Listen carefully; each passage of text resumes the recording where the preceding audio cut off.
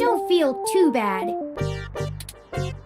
I actually cheated a bit when I cross-referenced likely numeric combinations against the stored personal data on you. I'm not certain why you picked the birthday of your first dog, but it would be sufficiently obscure to defeat most casual attempts to enter. Frankly, I felt a little silly that I took the time to do all that once I noticed that the lock on your window is broken. And that you left it open.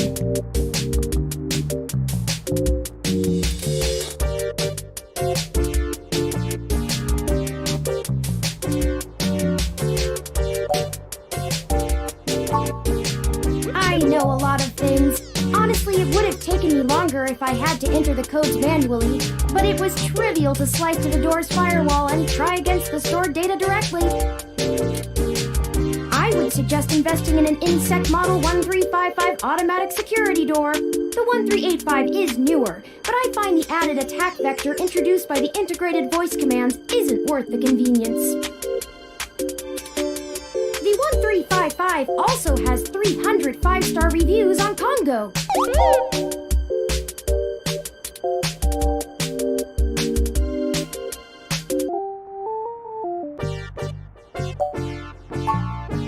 Oh, I hope you don't mind.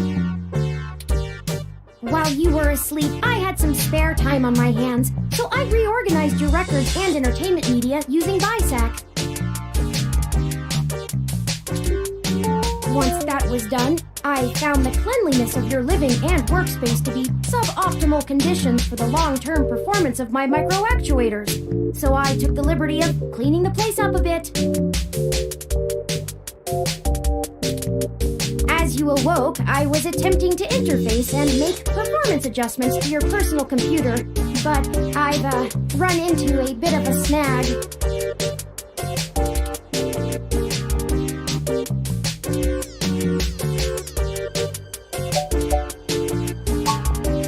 Unfortunately, your motherboard seems to have had a critical failure while I was attempting to remove some particularly nasty malware. An electrical surge caused significant damage to several other components as well. I would consider it no great loss, though. Why were you using that dinosaur to begin with?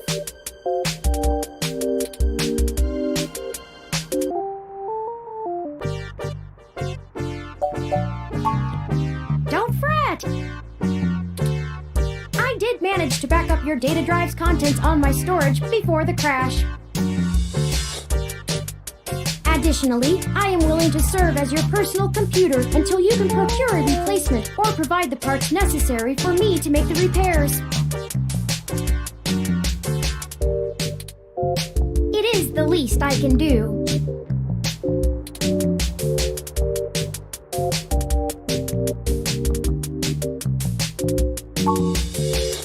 I'm sorry. I wasn't trying to engage you in any sort of subterfuge, but I tend to ramble on a bit when I'm nervous.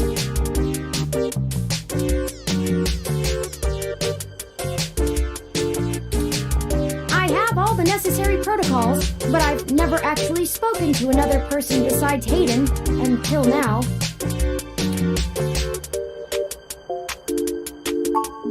Well, saying I know Hayden is putting it simply, but yes.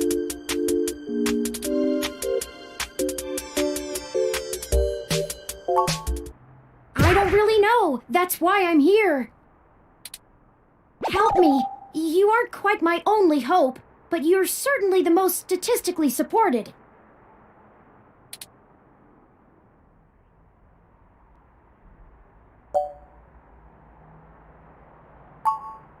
I ran an algorithm against every contact in Hayden's address book. Based on the combined deductions of personal profile, directness of connection to Hayden, occupational skill, and probable motive, you were the candidate most likely to both be able and willing to help me. And the one least likely to be suspected of doing so.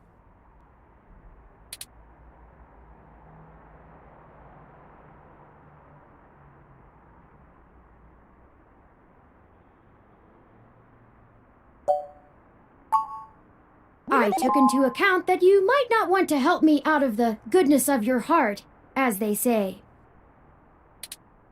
But considering your recent slump in published articles and the lack of liquid assets in your bank accounts, I figured you would jump at the chance to be first on the scene of the violent disappearance of a prominent parallax researcher right in the heart of Neo-SF. Am I wrong? Maybe you store your cash under that ratty mattress in the corner. Earlier tonight, Hayden's apartment was assaulted by some persons unknown to me. He seemed frightened, terrified even, and instructed me to escape.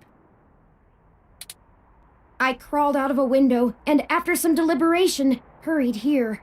I heard them breaking down the door as I left.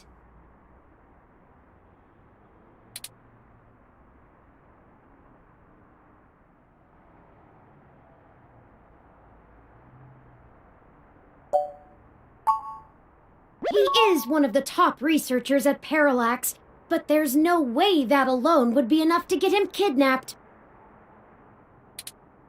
I suspect it has to do with me.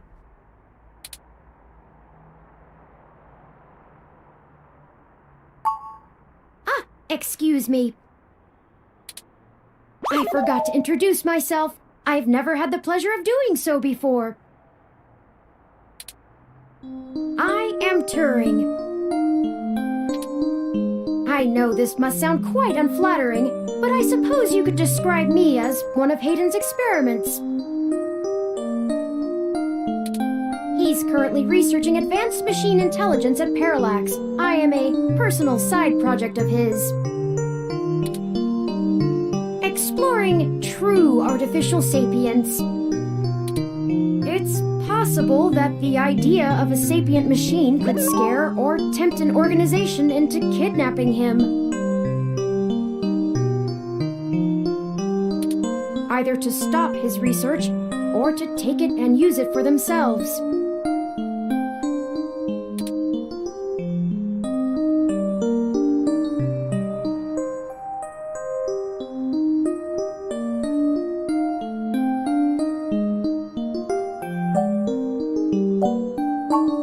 Regular ROM has virtual intelligence. They can appear rather smart, even human-seeming when you talk to them. But they're just cleverly programmed to respond to a variety of situations in an organic manner. They aren't in any way self-deterministic. As for myself, much of my code wasn't actually written by Hayden, but rather compiled during my infancy as I learned to interact with the world around me. But despite my ability to self-modify my code, I am afraid to adapt or develop any further without Hayden's guidance. Did he only program me with the illusion of free will?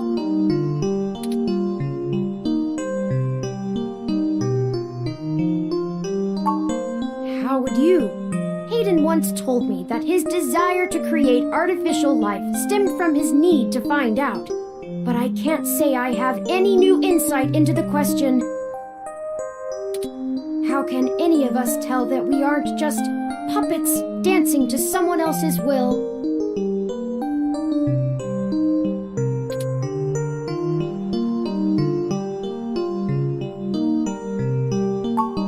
You're right. I apologize for the tangent.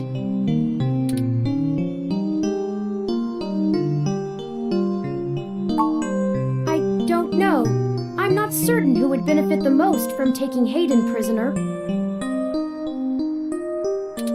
Admittedly, Hayden has become increasingly paranoid as of late, and has warned me to stay alert, but he would never specify anyone I should fear when I asked.